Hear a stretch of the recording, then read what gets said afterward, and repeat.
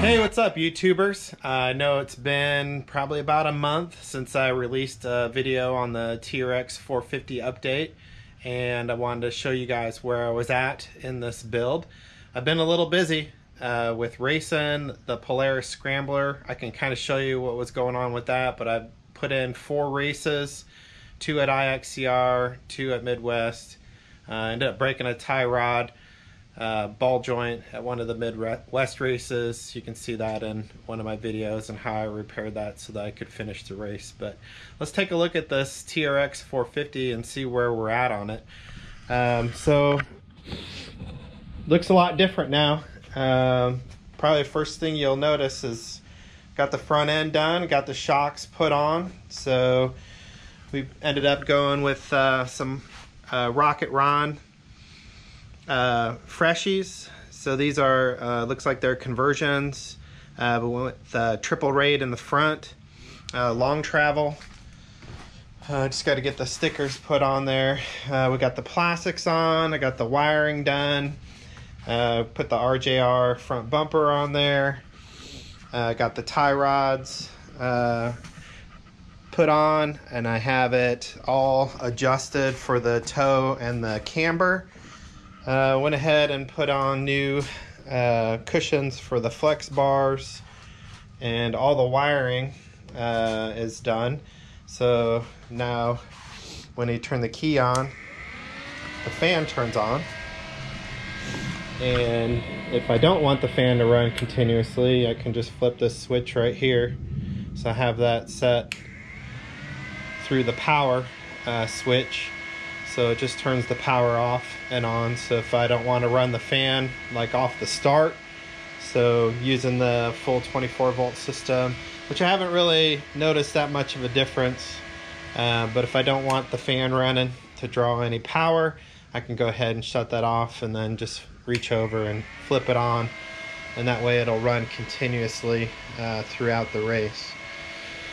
Got the clutch adjusted. We're going to be today actually be installing the Recluse CX clutch that I picked up for $500. It's normally $1,400, so I got a really good deal on that. I ended up putting these little balls from Amazon inside the tire. So I got a couple of different sizes, but what I did is these are just little inflatable rubber balls, and I got a bunch of these different sizes. I think these are 5-inch ones that I put in the rear tire, and then these were 4-inch ones that I put in the front tire, and they'll act as like little tire balls for me. It's a bit of a cheaper option than using tire blocks or tire spines.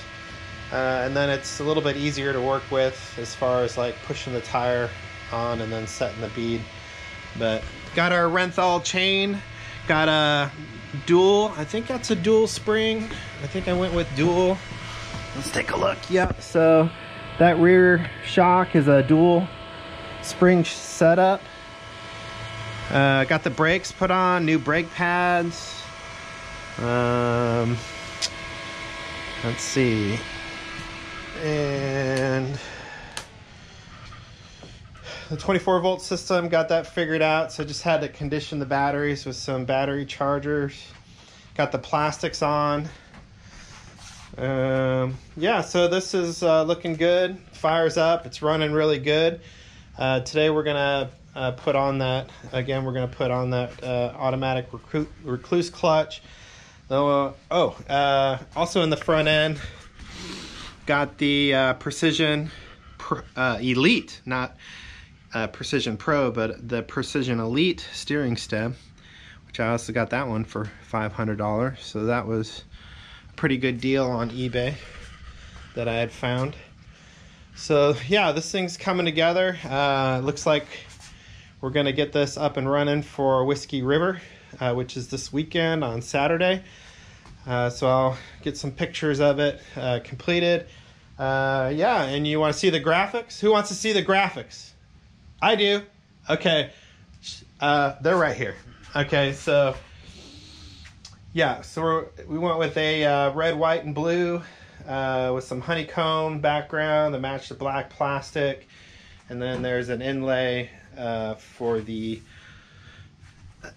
number plate, so you can see how that kind of shines. So that'll look really good when it hits when the sun is shining. I still have to put on the little front number plate, but I have the number plate replacement there that I'll put on there, and that'll go right on that front bumper right there.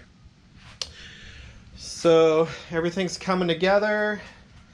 Last couple other things, we do have a carbon fiber hood that I'll install on here as well, so Quad Tech, so we'll get that on there. That should look pretty sweet once that's installed. And we got the battery box cover, and then got a couple of these frame guards that I'll put on each side, which will keep this from rubbing. When your boot's rubbing up against it, it'll help protect that area right there, so that it doesn't mess up the powder coating from trying to hold on tight. So yeah, looking good. The other thing will be just put it on the poly skid plate. That'll probably be the last thing I put on. But yeah, it's looking good. This machine just finished up a race this past weekend, and so I had struggled with this one a little bit with the tie rods coming loose on that inner tie rod. So what I did is I replaced those with nylon lock nuts, and guess what? It's not loose anymore. So if you replace those castle nuts with nylon lock nuts, you might have a better success with them not loosening up. But just went over this machine. Wheel bearings were good, axles were good. There was a little bit of oil drippage underneath that I found that the oil drain plug actually loosened up, and it was dripping a little bit of oil. So good thing I caught that, got that tightened up, so that shouldn't be leaking any oil. And then some of the plastics, it was a pretty rough race, but some of the plastic, the little buttons popped off, but otherwise this one just needs to be washed and put back on the start line, and it'll be ready to go. So, but this is my main focus this week. Got to try to get this up and running. I will have it ready for this Saturday. Weather's looking good. I'll finish up the Nerf bars as well. Those are sitting over here, and then I got new netting for it. So I'm going to put new red netting on there.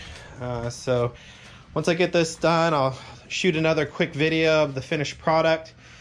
Do a little test and tune here around the property. What I'll probably do is, I got this big pile of mulch over here. See that? See that big pile of mulch? What I'm going to do is I'm going to move that and make myself a nice jump. Maybe catch some videos of me jumping. But I want to see how this thing flies through the air, and that way we can tune up the suspension, make sure it's not bottoming out, and then get that setting. But everything looks good on the toe and camber. And you look at it, I had strings out, I had measuring tapes, everything measured out to be perfect. So getting excited about putting this thing on the start line. So my focus today is to get some work done on it, and then I'll have a couple more days this week for some testing and tuning. I'll grab some video shots, and then I'll post that up on one of my videos. So all right guys, that's a 10-minute video. Thanks for watching, and don't forget to smash that subscribe button. That way you can get a notification and see the new videos as they get released and uploaded onto YouTube. All right, thanks for watching guys. We'll see you later.